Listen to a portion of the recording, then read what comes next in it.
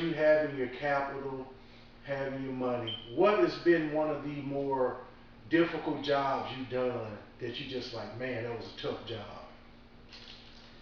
Um, we, you know, I guess just helping helping the real estate agents. I mean, the interstate, the people that's investing in just man, like some bad project as far as houses, man. But I think what's hard about it is when you ain't got the help, things like that. That's what make it harder. Hmm. So anybody going in business, man, you there are very few jobs as far as service business that you can do on your own. So you need help. So that's what made it kind of difficult is having the right people to help you out. Support. So that's about it. I mean, but most of the jobs, they just stuff that we do. So it ain't nothing that's too difficult for us. Okay. How much do you do a lot of commercial, or do you do a lot of like what we call like small jobs, or just residential, or more commercial jobs? Most of it we do residential. Okay. We do a lot of full installations on residential, and we do a lot of changing out. We do a lot of commercial work is more just repairs Mhm. and service work, maintenance. Mhm. And so we usually contract out some big jobs to a couple guys that I know that can handle bigger stuff in our company. And that's another thing, you gotta have connections, man. You gotta have connections Mhm. to be able to just get stuff done and broker deals. So you become a broker as well. Mhm. Yeah. So in doing the commercial and residential, and you gaining, you obviously, like you said, you're putting your brand out. Right. And what do you see your company growing in the next few years? Um, right now we run about a 4 or 5 man crew. The next 4 or 5 years, I hope to double that. Company Um, trucks. we got two company trucks now, Yeah. but now we're trying to. I hope we be able to run at least four trucks. Um, and it's one of the things about growing at a pace. You know, talking to some people like that help me mentor over the way. You want to grow at a pace, and you don't want to get too far ahead of yourself, or now you got stuff you can't handle. So trying to manage yourself as the growth come in, and growing at a pace. I think that's one of the biggest things. But it's growth though, so we count it as a blessing. We take each customer as a priority, and so word of mouth travel. That's how we get a lot of our business now. Okay. Just word of mouth, word of mouth, word of mouth. Okay. Moving forward, you say your goals grow your company, Mm. and how does it feel? You're working, and now you kind of showing your kids and showing your community and showing the city, hey, I'm doing this, and people can look at you and say, I can be like JB, or I can start my own business. What is that feeling like? It's a good feeling to be a positive influence.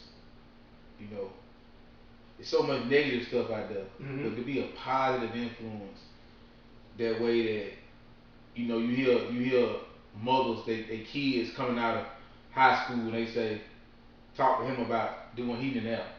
That's a good And thing. then when a young man or even young women come to me and say, what's it like to be in a trade? We went away from trades.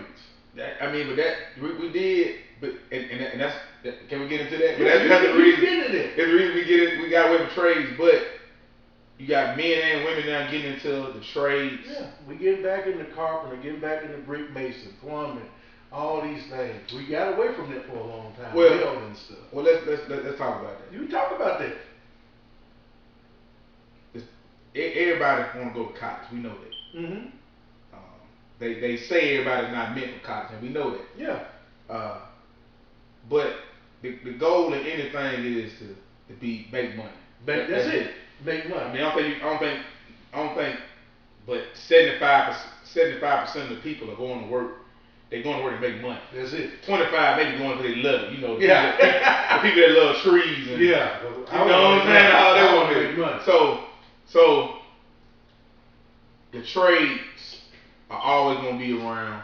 And when I say the trades, I'm talking about like heating and air, plumbing, electrician, um, um, carpentry, yeah, all of them. Yeah. All of them. And it's all about skills, not just with your hands, but with your brain as Yeah. well. And what happened in time is that you'll see everybody graduate, go to school because of grants and loans and all that stuff now. Well, my dad's generation, they went to the military, got a trade. So when I go to supply house to get supplies, everybody at the table head great, man. It's like, and I'm asking guys like, hey, look, I'm gonna get out the business. And we used to look at people that's the younger guys. Ain't that many young guys get in the trades?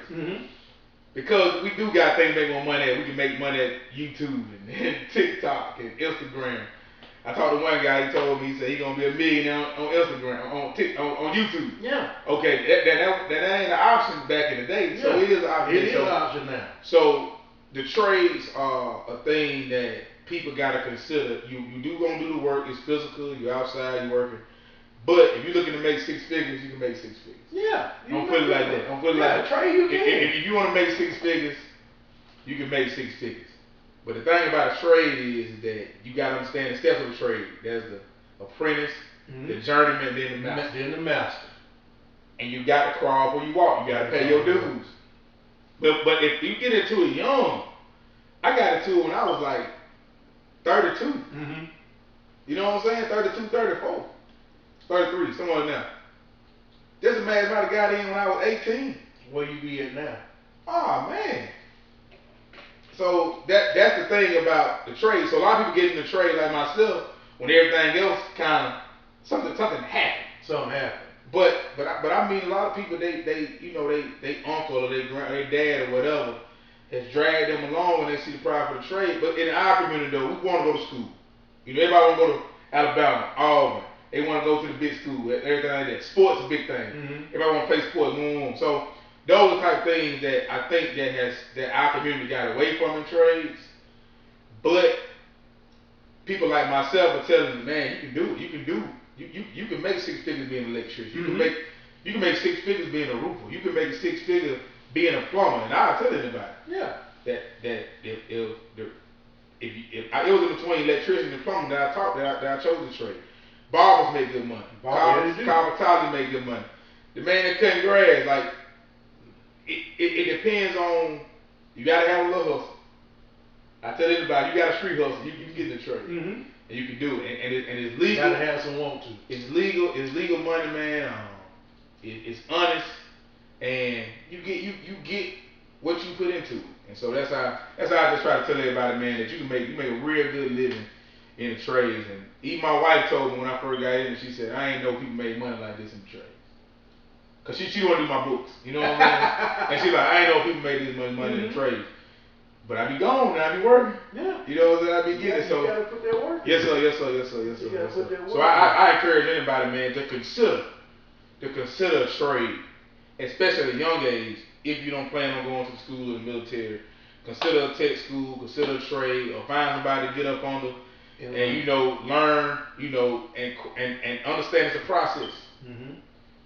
And you can look down the line like in the coal mine, we started our red stripes. Then we came master miners, you know what I'm saying? But that took time. It took time. So, but it happens the same way in the trades. You're right. And so and therefore, if I ain't saying everybody can be their own business, but some people make good money working for somebody in the trade. They make good money. So and I'm inspired about this. I hope I'm jumping off subject, but people that get their own business, they see where they can become a contributor to society, helping other people out, training people, becoming a member of the networking circle. I shake hands with a lot of people, so with the networking circle, and then they may ask, then you introduce them, and that's how you get to continue to grow and grow. But you got to be an honest person. You got to be standing about your work. You got to stand behind yourself. Those are moral traits and ethics you got to have with a thing, and that come with it. So I tell people that you can't come in here with a grind mentality. You got to come in want to be a good, honest contributor to society. Still do good things, and man, good things gonna follow you. It's gonna follow you. Okay. Yes, sir. Okay. Well, JB, we like to end this conversation. I always ask, what are some of the pitfalls you see, and some of the do's and don'ts, and some of your pointers that you can give people on getting into business and trying to be successful in business? Pitfall reputation. Okay. Create a good reputation for yourself. That follow. That follow you. If you're a young person, you want to get into business. I'm saying your reputation is key. You know, and do good work. And people will, they want to do business with us. Okay. We want to do business with each other. Mm-hmm. You know, and we want to do business with good people, but people want to do business with each other. They want to do business with each other, but they want to find good people, quality, that they can do business with. You know, if you gonna do something, do it. Yeah. You know, you can't make the phone call. You need to be an honest person in business. You know what I'm saying? And everything will be okay. You know, but trying to hustle folks and all that stuff, it's gonna be tough. So It's gonna be tough. you know, it's gonna be tough because once you get that bad name, bro, It's hard. It's hard to shake a Hard bad to name. shake, and you building a brand. So you trying to keep a brand. So you know, like I said, you know, give fair pricing, man, and do the work. And do the work. You know, that's another thing about pricing. You don't want to talk about that. Man, well, we gotta do better about supporting each other. You know what I'm saying? We gotta do better, man. I know it, and I talked about that when I was talking to Maurice, and it's like, and even me and you had this conversation sometime, and it's like you're running to people, they are complaining about your prices, but then I'm gonna go spend thousands of dollars on Gucci, and I'm gonna go out here and buy all this Louis Vuitton, but then when it come down to heat and air, I want to finagle you. That's a little too high. Yeah. But your price is your price. Your price. Because you stand by your word. That's right. And that's one of the things, man, that you know, I try to figure out over time. What is a good price? Yeah. That I can make money and I can do this and I can do that. So when I come to the customer with a price, man, you know, it is what it is. It's your price. But I think in our community though, Brady, man, my business tough. Yeah. I tell you different than the plumber. Yeah. The plumber, everything back up, you gotta get it fixed. Yeah. Okay. Now I've been in Fort Howard, Brady. You walk by the Mercedes, the BMW. I walked by a Bentley one time. The air conditioner, I done 20 years old. It's out there clanking. Mm-hmm. You know. So it's what we invest in as far as our money, what we spend our money. You know, I don't know nobody for buying the designer stuff and all that, but you don't argue about those folk prices. No, you don't. It just to me it bothers me when it comes to us. It's like we gotta lowball each other. You know what I'm saying? But then you gonna go out here and you gonna buy these Yeezys and you gonna do this, but you don't want to do business. Because I remember the second time you were called out to my mama's house, and it's like your price is your price. Yeah, it is what it is. And you know you make your bed on that. But I think this right here that I want to get out to people since I'm on camera. Yeah, go ahead, man. We gotta get out of I don't do business with black people. I hate that. I hate that. I hate that. I just can't. I rather you say I don't do business with Jacob. Yeah. Than to say I don't do business with black people. Because it is a lot of good people out here, man, that do good work. And they look like us. Yeah. They do awesome work. Great work. You know what I'm saying? Like the interview you had earlier, my boy, he fouled with the line. He fouled with it. Yeah. He do great work.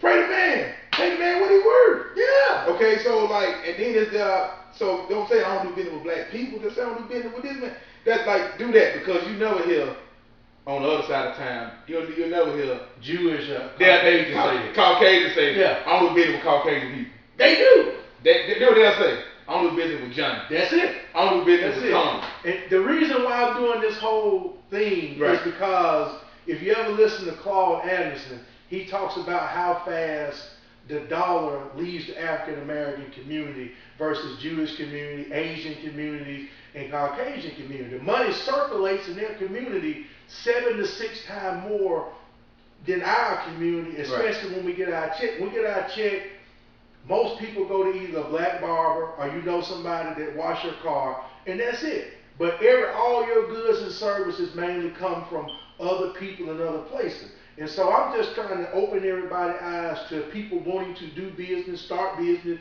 and maintain business. But at the end of the day, it's on us to treat each other regardless of what color you are. When you pay money, you expect a certain level of service and a certain level of quality. Because you're not going to Fleming's and paying $40 for a steak, and then you get a steak from like you get an Applebee's. It's just not gonna work because of the amount of money you spend. So at the end of the day, I hate when people do that, and that's what we're talking about here right now, is when you have a problem paying this price, but then you'll go somewhere else and they'll charge you $30 more and you're happy about it. So business is business, and people charge the amount of money they want to charge, and if you don't like it, just say like you say, I don't want to do business with him. But everybody, African Americans, is not having bad business. No. And everybody in other races don't have good business. But as a business owner, people are going to charge what they charge, and they expect, when you pay that money, you expect a certain level of service, and they're going to expect to get your money and do a certain quality to that service. And obviously you in this service right here, especially in the South this time of year, this is a big deal, because without AC and heat, people are miserable. So it all work out, man. Like I said, it's nothing but love, and we'll get together again. I thank y'all for your time. This is another episode of United. It's about inspiring and empowering this generation and the next generation to create generational wealth. Y'all have a good day. All right, man.